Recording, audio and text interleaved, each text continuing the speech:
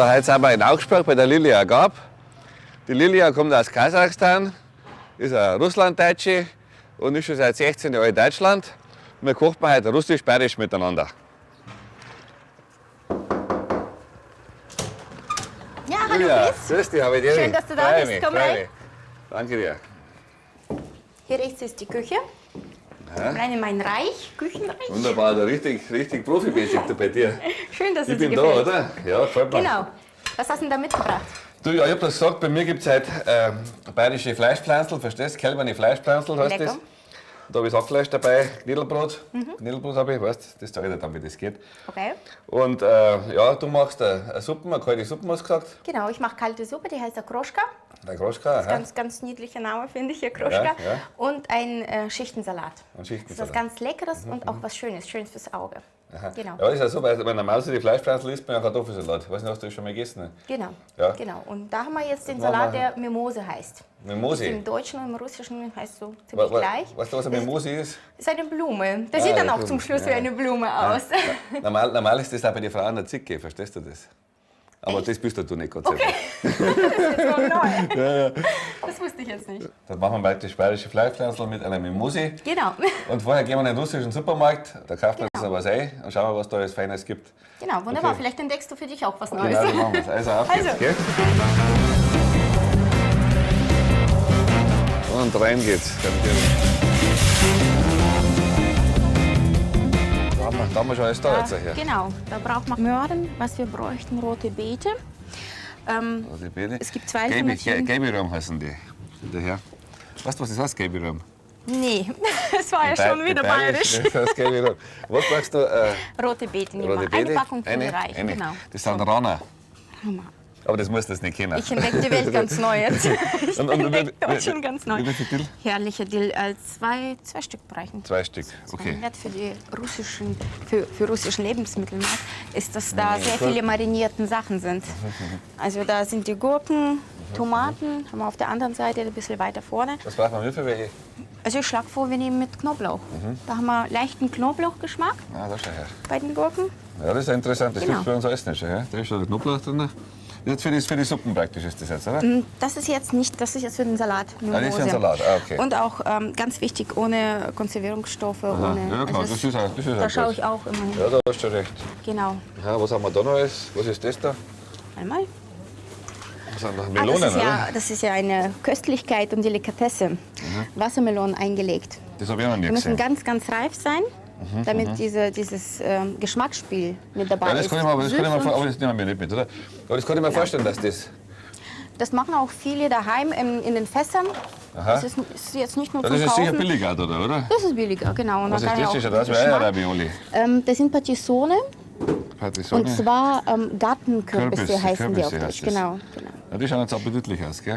Und die gibt man zum Tisch einfach egal welche Speise isst man dazu. Einfach so zum Fernsehschauen. Schmeckt- Genau. Zum Fernsehschauen, oder? Anstatt von Chips. Ja, und so Salzstangerl und die Dinger da. Ist Okay, gesund, ist gut. eigentlich wunderbare Sachen. So, jetzt brauchen wir noch für die Suppe was. Für die Suppe bräuchte man Kefir oder Kefir. Aha. Nehmen wir 2 davon. Und was noch? Und dann nehmen wir noch Schmand. Spannend. Gut. Genau. Dann haben wir alles, oder? Zwei. Dazu. Nehmen Gibt's wir da 2 zwei? für alle Fälle. Genau. Gut. So. So, Dann bräuchte man noch Mayo. Und das wäre dann Mayonnaise eigentlich brauchen wir. alles. so ja. jetzt Mayo. Die überwältigende Auswahl an Mayo. Das ist ja sogar für mich Dann nimmst du da, oder? ziemlich neu. Genau.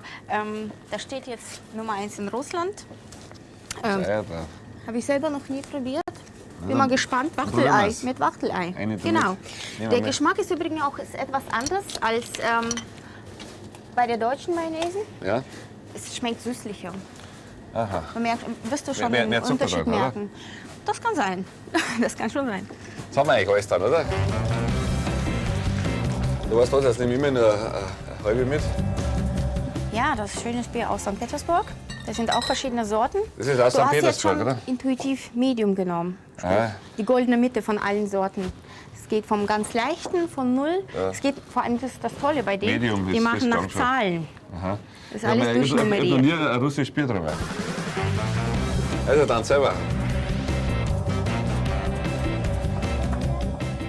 Die berühmte Wachteleier-Mayonnaise. Genau. Auf die freue ich mich auch schon, gell? Das ist ja unglaublich, da das Ding. Bin ich auch gespannt, wie es schmecken wird. Magst du einen Schaber haben? Ja, gerne. Weißt du, Schaber kennst du ja, oder? Musst du da vorne mitbinden.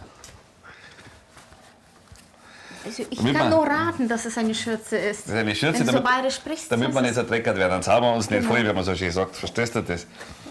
Da haben wir. meine Lieblings- So, fangst du mit der Suppe an, oder? Genau. Einige Sachen habe ich schon vorbereitet. Ja, Die Kartoffeln habe ich gekocht und die Eier. ja. Jetzt muss ich halt noch Karotten kochen und viele Sachen schnipseln. Dann fangst du an mit den Radieschen und so weiter. Dingen. Ich mache jetzt meine Hackmasse da. Aber sag mal, warum sprichst du so gut Deutsch? Jetzt bist du 16 Jahre da, ist zwar schon eine lange Zeit, aber bei dir, also die kennt man fast nicht weg. Bist du ein Sprachentalent? Also Oder so ehrgeizig? Oder?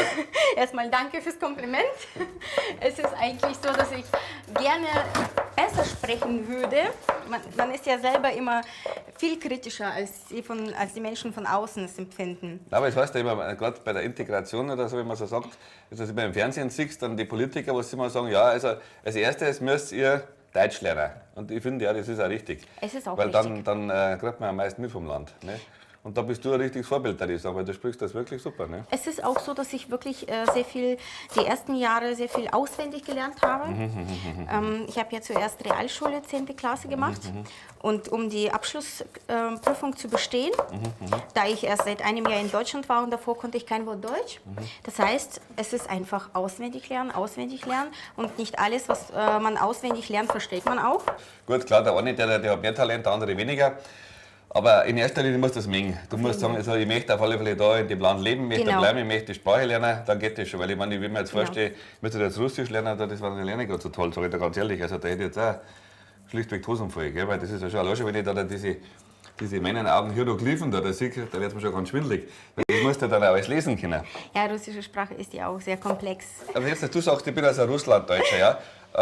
Merkst du vom Bauch her noch, dass du sagst, da ist noch irgendwas Deutsch in mir drin oder nicht? Ach, das ist jetzt... Oder ist das auch nur... Es ist eine sehr schwierige Frage. Ich glaube, da kann man jetzt kein echtes Gefühl entwickeln, ich bin Deutsch oder ich bin Russin, weil meine Mutter ist schon russisch, mein Papa ist Deutsch, Russlanddeutsche, aber auch aus Kasachstan. Und in dem Sinne hat man beide Mentalitäten in sich vereint. Aber ein bisschen was Deutsches, würdest du sagen, ist in dir einfach irgendwie drin? Auf jeden Fall schon, Du hast weil das immer schon gespürt irgendwie. ja, die Gesellschaft hat schon zu spüren gegeben, weil man hatte ja deutschen Nachnamen. Mein Mädchenname ist Bayerle. Wer? Bayerle. Ah ja, das ist richtig deutsch eigentlich, ja. Richtig deutsch und vor allem, man hat ausgesprochen Berle. Also ich war in Kasachstan Berle, hier war ich dann Bayerle plötzlich. Aha. So eine kleine Umstellung. Die anderen sagen, ja, vom Nachnamen war man deutsch in der Klasse. Dann andererseits noch dazu die Großmutter, die Deutsch in der Familie sprach. Aber das ist jetzt eine ganz andere Sprache, als wenn es jetzt wie du jetzt sprichst oder halt die jetzt Ja, nicht klar, weil mit ich bin- bayerischen Dialekt, Ja, ja, aber klar, ich bin ähnlich. natürlich Oh, schnell. ja. Warte mal, nicht, dass ich da jetzt was verpasse. So, jetzt sage ich dir mal, Fleischpflanzen. Da machen wir Butter rein, Zwiebeln angelassen, Ja? dann eine Milch drauf. Ne? Die Milch lässt man heiß werden, verstehst? Und dann tun wir das Knödelbrot rein. Weißt du, dann wird das also ein richtiger Barz eigentlich, ein Brotbarz. Und das ist deswegen gut, weil normalerweise nimmt man so für so Hackfleisch nimmt man Semibresel her. Weißt? Ja. Aber mit Semibresel schmeckt es auch nicht schlecht, aber das wird härter. Die werden also da wirst du mal Verstehe gestern so schwere Frikadellen. Und Ja. das werden jetzt also richtig luftig, wenn man das so macht, weißt, mit der heißen Milch, dann wird Okay. das wie so ein Soufflé ist das dann. Aha, Verstehst okay. du? Schauen wir jetzt da her, also bloß damit du weißt, dass da gibt es auch gute Tricks dafür. Werde ich mir Jetzt pass merken. auf. Da musst du merken, weil irgendwann einmal musst du eine bayerische Sachen Eben, machen. ich dass werde du meine wirklich gekocht Landsleute damit überraschen. Leute, ich kann jetzt bayerisch kochen. hast. Nein, aber das war jetzt interessant, also, dass man sagt, so, man hat da wirklich fast dann zwei Seelen in der Brust irgendwo, oder? Genau, genau. Muss man schon sagen. Und das ist auch komischerweise so, ich denke mal, das ist bei allen gleich. Man verteidigt die eine oder die andere Seite. Wenn die Ja, eine aha. Seite angegriffen wird, nach dann dem hilfst Motto, du denen. ihr seid die Russen und so weiter, dann, Ja, dann ja. stellt man sich sofort in die Position, ja, wir sind die Guten. Ja, klar. Und das ist eigentlich gut, dass es so ist. Ja. Und das ist andersrum auch. Wenn jetzt unter den Landsleuten irgendwie was zu meckern gibt, dann verteidigt man die andere Seite. Und dann sagt die Leute, hey, lass uns mal diskutieren und so weiter. Ja, das ist ja auch immer das, deswegen sage ich ja, eigentlich ist ja so das Zusammenleben, das ist ja wahnsinnig interessant, das Multikulturelle, ja, weil du kannst ja gegenseitig wahnsinnig viel lernen. Bloß einfach, man muss erstens einmal halt auch, wie soll man sagen, neugierig sein. Weißt? Du brauchst eine Neugierde auf die anderen. Das auf jeden Fall. Ne? Und natürlich, glaube ich, Neugierig und tolerant. Du, pass auf, jetzt brauche ich dir mal einen Löffel, damit ich da Genau. hast du einen Löffel da? Einen normalen Suppenlöffel. Suppenlöffel, ja. Die sind hier. Dann da, also da halt. Die sind gut aufgehoben. Ah, wunderbar, danke dir. Und die Kartoffeln, die brauchst du in erster Linie für was? Für beide Sachen. Für beide also ich brauche Sachen. für die kalte Suppe und für die Schichtsalat. Wie geht das die Suppen? Wie fangen wir es da? Die Kartoffeln praktisch würfeln oder was machst du? Genau, also für die kalte Suppe würfel ich die Kartoffeln Ja. und für den Schichtsalat, da reibe ich die. Das wird ein ganz, ganz feiner Schichtensalat sein. Alle Zutaten werden gerieben, fein gerieben. Und jede Schicht wird mit Mayonnaise bestrichen. Genau, und für die kalte Suppe wird alles bis auf 1, 2 Kartoffeln gewürfelt. Oder in Scheiben halt. Ja, so ist das. Genau. Also jetzt habe ich meine Zwiebeln schon soweit. Siehst du das? Wird jetzt schon Schön goldgelb. braune, genau, goldige Farbe. Ja? Die haben jetzt schon eine schöne goldgelbe Farbe da. Schau her, wie die jetzt schon sind. Da tun wir jetzt da eine Milch rein. Milch. Oder Milch. Milch. Ach, schon ziemlich viel. Machst du ganz Ja, das schon. Ja, und dann Halben Liter war das circa, ja, oder? die saugt sich ja dann voll, weißt du? So, das tun wir jetzt nochmal ein bisschen warm machen. Okay, und ich mache meine nur dann tue ich da das Knädelbrot auf dann rein. niedrigere Stufe, Ja, das scheppert weil ganz schön sonst bei dir wird da uns hinten. das zu laut.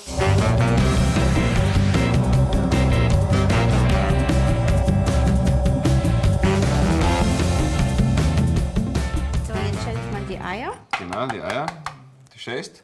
Und die werden dann auch gewürfelt, oder wie machst du die? Die werden gewürfelt für Ah, die die fallen kalte aber Suppe. die fallen aber ziemlich auseinander dann, oder? Das macht nichts. Doch, nee, das macht nichts. Aha, das macht nichts. Das macht die Soße ein bisschen dickflüssiger. Achso, das wird dann sämiger. Die Brühe, genau. Da schau her, ich bin jetzt so, jetzt habe ich da schon her die Zwiebeln mit der Milch. Da tun wir jetzt ein ganz normales Knädelbrot. Okay. Das kennst du, Knädelbrot, oder? Ja, Hast du schon auf mal jeden gesehen? Ja. Das tust du dann da rein. Knädelbrot vom Bäcker. Jetzt tun wir das da durch. Dann eine Petersilie rein. Für wie viele Personen machst du das jetzt gerade? Ja, das sind schon da. Das ist so, da geht jetzt schon 4, 5, die werden schon satt, würde ich sagen. Okay. Verstehst? So, aber du machst ja so viel, oder? Ja, Das brauchen wir halt ich schon. mag viel kochen. Jetzt schau her. Das lassen wir jetzt ein bisschen quellen. Ja? Siehst du das? Und das ist praktisch, was ich am Anfang gesagt habe, der Ersatz für die Semibrezel. Normal nimmst du einen Hang für Semibrezel rein und dann hast du diese Dinger, die wo da schwer im Magen liegen, verstehst du? Das durch die Milch quillt das natürlich auf. Ne, siehst du, das ist natürlich jetzt Wunderbar. eine wunderschöne Masse. Die lassen wir jetzt ein kleines bisschen auskühlen. Die tue ich da hinten her dabei. Daher. Und wenn wir das sammelt, sonst wird es zu heiß, weißt du, zum Anwirken. Jetzt haben wir da praktisch ein Gewürz dran, Eier dran, ein bisschen an Senf tue ich hin. Okay. Okay, und das werden wir jetzt vermenschen mit der Hand. Und dann die Knädelmasse auch noch mit dazu. Okay. Und das ist jetzt 100%iges Kalbfleisch? Das ist also ein gemischtes. Das ist Gemischtes. Kalbfleisch ein bisschen, und ein bisschen Rindfleisch. Ist das. Okay. Also das kann man, Hackfleisch ist immer gut, wenn man das mischt. Das ist eine feine Sache. Du hast jetzt in Deutschland studiert.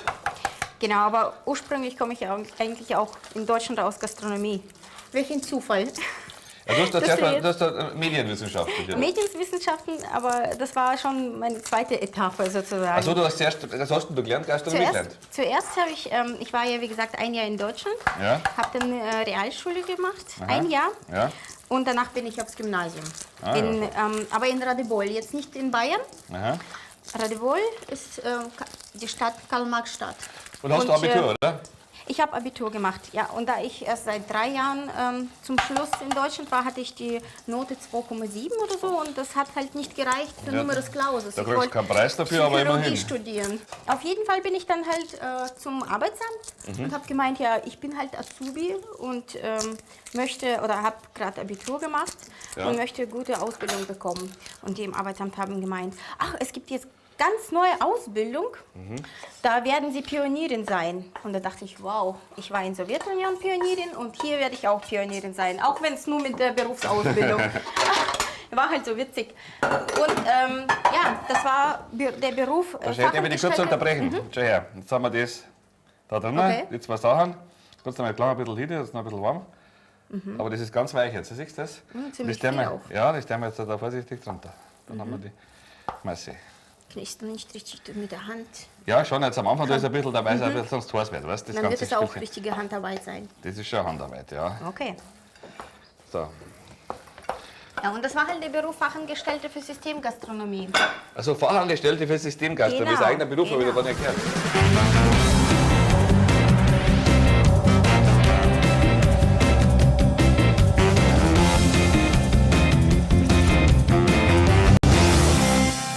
Also, ja, gibt es sowas jetzt in Russland auch, so die Dinger da? Ja, und zwar, also das? jetzt nicht mit diesem Weißbrot, Ja. sondern man gibt Kartoffeln, geriebene Kartoffeln dazu. Wie heißt das dann? Kotelette. Kotelette. Ja, also halt wie Koteletts, aber halt Kotelette. Und das kann man, das tut man jetzt auch so grillen im Sommer, weißt du, da kann man Grillpartys machen. So eine feine Sache, oder? Jetzt bin ich Sieht gespannt, wie ganz lecker aus. Jetzt bin ich gespannt, wie der Salat dazu schmeckt von dir. Ich hoffe, es schmeckt dann letzten Endes gut. Manche mögen, wenn es richtig große Scheiben sind. Ich mache die so halt geviertelt. Ja, okay, so machen wir es. Genau. Gut. Dann kannst du wieder weitermachen. Wunderbar, danke dir. Kann ich was sagen? Das ist da mal hin, So, das oder? ist gut. Ja, ja, passt schon. Ja, und diese Maschine, Ja, da bin ich die gespannt, erspart was das mir echt so viel Zeit beim Schneiden. ist. So Maschinen, die gibt es normalerweise immer in der Fußgängerzone bei den Marktschreier. Ja. Die verkaufen die immer so als Weltwunder, ja. Und da gehe ich schon ganz schnell weiter. Sind aber nicht alle guter Qualität, muss ich schon dazu sagen. Ja, ja. Die halten auch mit Sicherheit nicht lang her. Also die ist jetzt schon 5 Jahre. Na gut. 5 Jahre alt. Jung. Also gut. So, jetzt siehst du da, die Würfel sind ganz klein, Ja, stimmt. Nicht so wie einmal wir es blöd, jetzt ja. eigentlich hier brauchen. Und was kommt da noch rein? Die Kartoffeln, Radieserl, Eier. Eier, die frische Gurke, Schnittlauch, Ja. Dill, Und wann isst man denn sowas überhaupt? Sommer und Frühling. Das ist so richtig leichtes Gericht. Schön erfrischend, gesund. Es gibt unzählige Varianten, wie man diese Suppe machen kann. Man kann die es gibt 103 Rezepte. Ob du es jetzt mit Würstchen machst, wir machen das heute mit Geflügelwurst, oder ob du das mit Hühnerfleisch gekocht, mit Rindfleisch, ohne Fleisch, mit Fisch. Also da sind der Fantasie keine Grenzen gesetzt.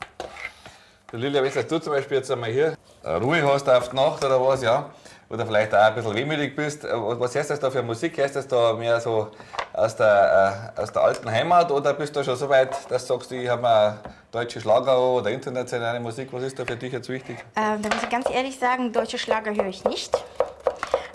Nicht, weil ich die nicht mag. Bei mir war halt so, dass ich die ersten Jahre in Deutschland, ich bin mit meinen Großeltern hergezogen. Meine Mama ist 6 Jahre später hergezogen. Das heißt, ich bin mit 17, fast 17 nach Deutschland eingereist. Und die ersten 6 Jahre, da hatte ich fürchterliche Heimweh. Wenn du so wehmütig bist, was dann? Ich hab sehr viel Folklore-Musik selber gesungen, aber ich habe extra verzichtet auf russische Musik, also zu hören, weil das tat weh. Boah, ich kriege jetzt die Wurst nicht ganz so raus. Und was hast du jetzt da selber gesungen zum Beispiel? Ich bin also es ist eigentlich, So das gehört Schlaflieder oder Kinderlieder? Oder? Nee, das gehört zur russischen Kultur. Man, zum Beispiel bei einer Feier, nach Essen, nach viel Essen, Trinken, dann sitzen alle noch lange am Tisch oder tanzen halt, aber wenn am Tisch sitzen, dann singen alle gemeinsam. Und was Es zum ist jetzt Beispiel? meistens Folklore-Lieder, Singen? also russisch. Soll ich jetzt? Ja, sicher. Echt? Und du willst jetzt nicht lachen? Ich lache nie. Okay. Gut, also ich kann halt kurz ansingen, weil sonst wird es zu klar. lang. Zuerst mal vielleicht kurz zu übersetzen, weil damit du weißt, worum es geht. Also das ganz, ganz berühmtes Lied heißt Moroz, Moroz, und zwar übersetzt Frost. Frost. Da singt ein Mann, lieber Frost, fröstle mich nicht, zu Tode sozusagen. Ist wahrscheinlich in Sibirien, wo es ganz kalt, es waren ja minus 40. Ich bin auch in Kasachstan aufgewachsen, da war im Winter minus 30, minus 40. Und da singt er zum Frost. Fröstle mich nicht oder friere mich nicht zu Tode, mein Pferd wartet auf mich, meine schöne Frau wartet auf mich und ich muss halt nach Hause kommen, heil. Und dieses Lied singt man aber egal in welcher Jahreszeit, ob es jetzt gerade Frost draußen ist oder ob es schönes Sommerwetter, weil das passt immer nach viel Essen und Trinken. Okay. Wie geht's? Ой, мороз, мороз, не морозь меня, не морозь меня, моего коня белогривого, у меня жена, ой, красивая. Das wären die ersten zwei Sehr, sehr Strophen. schön. Das gefällt mir. Das ist Ist sehr aber gut. sehr, ja, man kann es unterschiedlich Ja, singen. das ist schon, hast Ich du jetzt hab's- gut erklärt mit dem Frost. Das ist schon so richtig russisch, so auch ein bisschen Wehmut ist dabei. Gell? Genau, aber Ein im bisschen schwer. Original ist es viel mehr Wehmut mit dabei. Also man singt Schon schon sehr Wehmut. schwer und mit tiefer Stimme und auch mit hoher Stimme. Ja, klar. Aber ich habe es jetzt sehr in eine leichte Form sozusagen uminterpretiert. Dazu haben wir da schon her den ganzen, das ist jetzt die kalte Suppe. Genau. Magst du noch, Schnittlauch drin? was hast du denn jetzt gerade? Schnittlauch? Schnittlauch habe Oh, ich dir rein. Schön. Ist das okay? Magst du noch Dill schneiden? Du legst bei her. Genau, Und und ich ich- mache jetzt dabei, jetzt ist nämlich mein Öl heiß, schau her. Okay. Jetzt tun wir da tut man einen kleinen Löffel Butter mir bitte rein. Von der Butter ein bisschen was. Warte mal, ich hole einen Löffel. Und dann sieht man nämlich, wie die Temperatur ist. Weil wenn es zu heiß ist, So? ja. Oder ein bisschen mehr? Nee, mal vorsichtig, nein, das zischt nämlich gleich. Siehst du das? Ah ja. So, jetzt, mit der Butter kannst du dann sehen, ob wir die richtige Temperatur haben. Warte. Das ist schon fast ein bisschen warm, ne? Soll ich runterschalten? Nein, das geht schon. Das nehmen wir her. Es ist für mich Ja. total neu, dass die Butter in das Wasser reingelegt wird. Ins Fett rein. So, und jetzt die Pflanzen rein. Da schau her. Ach, das ist Fett. Ach, jetzt ja, okay. Das ist das Fett. Da rein. Oh. Siehst du das? So, die werden wir jetzt praktisch bloß anbraten. Und einmal da hinten her. Das Dann drehen wir es um. schön. Dann drehen wir es um und dann in den Backofen rein. Alles klar. Er ist schon vorgeheizt. Auf Der ist schon 170 vorgeheizt. Grad. Ja. Also, nein, jetzt, Ach, so schnell geht es. der braucht nur leicht anbraten, dass die Poren schließen. Ja? Verstehst du? Dann haben wir schon eine leichte Farbe Sozusagen jetzt. anfrittieren. Ja, so anbraten und anfrittieren kannst du auch sagen. Frittieren sagt man nicht so, das ist lieber braten. Da siehst du das. So, jetzt kannst du mal aufmachen, bitte. Ja. Bitte schön hinein in den Ofen. Und jetzt werden die natürlich im Backofen werden die jetzt viel besser, als wenn man es nur in der Pfanne macht. Weil die gehen jetzt auch durch diese Quellmasse, weißt du, durch die Semi-Knädelmasse und die Milch gehen die richtig schön auf. Die Weißt? werden ganz saftig Die werden sein. jetzt ganz saftig und die gehen uns auch nicht mehr durch dann. Ne? Okay. Da haben wir jetzt 170 Grad, 160 Grad. Das ist jetzt gerade auf 170. Ja, das ist okay. passt schon. Ja, das okay. lassen wir, das dauert jetzt ungefähr zwischen 5 und 10 Minuten, dann sind die fertig. Jetzt brauchen wir Buttermilch und Mineralwasser. Und das tun wir jetzt dann rein und dann Das- tun wir das praktisch klingt das nach miteinander, Genau. miteinander essen. Ja, gut. Und wie heißt die nochmal, die Suppen? Akroschka. Agroschka. Wird das viel gegessen? Das wird viel gegessen im Sommer.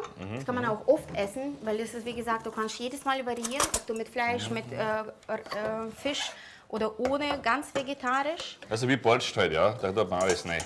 Russische Borscht, oder? Das ist auch so ähnlich. Genau, aber es ist halt die kalter Borscht. Kalte Borscht. So, ich habe noch ein bisschen Bratensauce, die tue ich noch dazu. So, Daher. also das ist ganz wichtig, die Menge. Das war ein Becher Buttermilch oder Kefir, Ja. je nach Geschmack. Und 1 Liter Sprudel. Aber richtig schön mit viel Sprudel, mit viel Kohlensäure. Ja, das schaut auch nicht schlecht aus. Das ist richtig. Warte mal, da kommt noch übrigens, da kommen die Zitronen rein. Und da würde ich dich bitten, das zu machen, weil du hast viel Kraft, rauszupressen, so richtig. Okay, gut, mache ich dir. Es ist aber auch so, dass einige das mit Essig ersetzen. Nur ich mag das mit Zitronen. Nee, das findet sie mit Vitamin Zitrone auch C besser. und- Nee, das stimmt, das finde ich, das ist auch Genau. natürlicher. Essig ist nicht immer wichtig. Okay. Du weißt, du zuerst gesagt hast, du spielst ein Akkordeon. Kannst du das noch oder spielst du das noch manchmal oder nicht? Also ich spiele das schon, aber nur für mich. Und zwar als Stressbewältigungsstrategie. sagen wir Und da ich sagen, dann kann man das vielleicht Also heute nach dem Essen, wenn der Stress vorbei ist, zur Bewältigung kannst du mal ein bisschen aufspielen, oder? Ich kann nicht versprechen, dass ich vor Aufregung auch dann wirklich, weil ich bin... Weißt du, was eine Ziehharmonika, ein Ziech, was die auf Bayerisch heißt, weil ich da gerade umeinander quetsch? Das ist ein Quetschen. Quetschen. Ein Quetschen, ja, das sind wir auch wieder Das ist beim auch Wortspiel. So zusammenquetschen, das ist Das ist eigentlich Quetschen, schon- genau, das ist weil er zum Beispiel, weißt von du- dem Wortlogik. Und jetzt kommt Genau. der Schichtsalat. Genau, jetzt machen wir Schichtsalat. Die unterste Schicht bilden die Salzgurken, die Gewürzgurken, dann die Kartoffeln, rote Beete, Möhren und obendrauf die Eier. Zuerst kommen die Gewürzgurken. Das schaut aber gar nicht schlecht aus. Genau, Dann lässt also das alles zuerst reiben da, die Gurken rein. Und dann Mayonnaise drauf, oder? Also, nee, da kommt jetzt erstmal keine Mayonnaise Ja, drauf. Da kommen gut. jetzt erstmal die Kartoffeln. Auch reiben? Die Kartoffeln werden auch gerieben, allerdings jetzt ganz auf Ach so, der auf die feinen feine. Seite. Ah, Genau. die hast Haben du. wir die Kartoffeln? Hier. Ja, aber du hast mir ja die Frage gestellt, wie das jetzt so war noch mit den Geschichten, sprachliche Missgeschicke. Ja. Da habe ich einige auf Lager. Zum Beispiel, als ich nach Deutschland kam, die ersten 2 Wochen, da wollte ich eine Glühbirne besorgen. Ich wusste nur, das ist eine Lampe, ich wusste nur, null Ahnung Grammatik. Da gehe ich in Radebeul in ein kleines Geschäft, keine Ahnung, was das für ein Geschäft war, aber hat wahrscheinlich nach Elektrofachgeschäft ausgesehen. Ich bin da rein, komme zu der Frau und sage, du hast Lampe. Und die schaut mich so an und sagt, nee, ich habe keine Lampe. Und ich nur, du hast Lampe. Ich wollte eigentlich fragen, hätten Sie da eine Glühbirne oder haben Sie eine Glühbirne?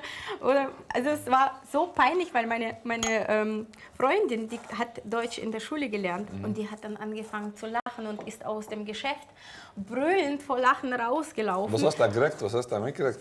Nix habe ich damit gekriegt. Ich bin da auch raus, weil es irgendwann mal... Ohne Lampe? Ohne Lampe. Und ohne Glühbirne? Und ohne Glühbirne. Dann bist du mit der Kerzen daheim gesessen, weißt du mal. Ja, aber was ich meinem Opa zugemutet habe, ich habe ihn gebeten, dass er Staubsaugerbeutel bringt. Und damit er es nicht vergisst, habe ich ihm das auf einem Zettel notiert. Leider Gottes habe ich anstatt Staubsauger Hubschrauber draufgeschrieben. Mein Opa war 1 Stunde in Kaufland, kommt danach und sagt, Lilia, ich konnte keine Hubschrauberbeutel finden und ich habe auch die Kassiererin ganz nett gefragt. Der hat Hubschrauberbeutel mit der. Jetzt schauen wir nach unsere Pflanzen, jetzt pass auf hier. Oh, Schau her. Ja, die sind jetzt schon fertig. ganz lecker schauen die aus. Die sind jetzt schon ganz toll aus, schau her. Toll. So, wie lange brauchst du noch mit dem Salat? Wir machen jetzt Endspurt. Da kommt jetzt erstmal Mayo drauf. Aha. So. Man kann schon ziemlich großzügig machen. Das ist ein wunderbarer Salat vor einem Fest, vor einem Feier, den man am Abend schnell zubereitet. Und am nächsten Tag ist schon alles fertig. Jetzt kommen die geriebenen Karotten. Und dann wieder Mayo. Genau. Das ist wie eine falsche Prinzregententorte. Verstehst du das, was du da machst? Das ist wunderbar.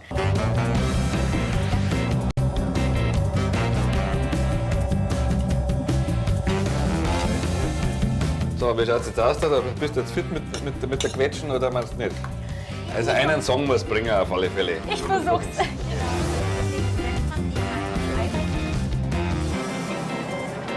ist jetzt original russische Küche, kann man sagen, gell? Du, wir sind mal fertig, oder? Jetzt sind wir fertig. Jetzt würde ich sagen, jetzt essen wir gescheit. Genau, wir haben unser Essen Jetzt haben verdient. wir es uns verdient. Das ist jetzt wirklich Das ist ja- extravagant, das sage ich dir schon. Also, Genau. sehr, sehr schön. Ja, aber das ist wirklich mal ganz was anderes.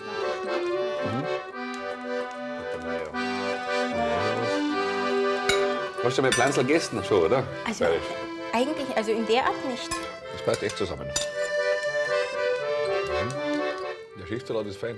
Ja, Lilia, da muss ich sagen, es war mir ein Riesenvergnügen, Meinerseits auch. mit dir zu kochen. Russisch, bayerisch. Lecker, lecker, köstlich. Ich danke dir. Ich danke dir.